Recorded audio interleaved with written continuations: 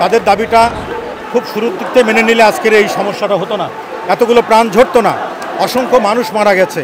আজকে দেখছেন যেভাবে মানুষকে মারা হয়েছে, সন্তানদেরকে মারা হয়েছে, পৃথিবীর আমাদের দেশের মানুষের বাইরেও অনেকের মানুষের চোখে পানি ছেড়ে দিয়েছে, তারা এই কষ্ট সহ্য করতে পারে নাই। এখন তো মানুষের যন্ত্রণা যখন দেয়ালে পিঠ থেকে যায় তখন তো মানুষের ঘরে বসতে পারে না। উনি বলেছেন ওনাকে ধন্যবাদ, কিন্তু সেটা বড় দেরি হয়ে গেছে। এই কথাটি আগে বললে ভালো হতো।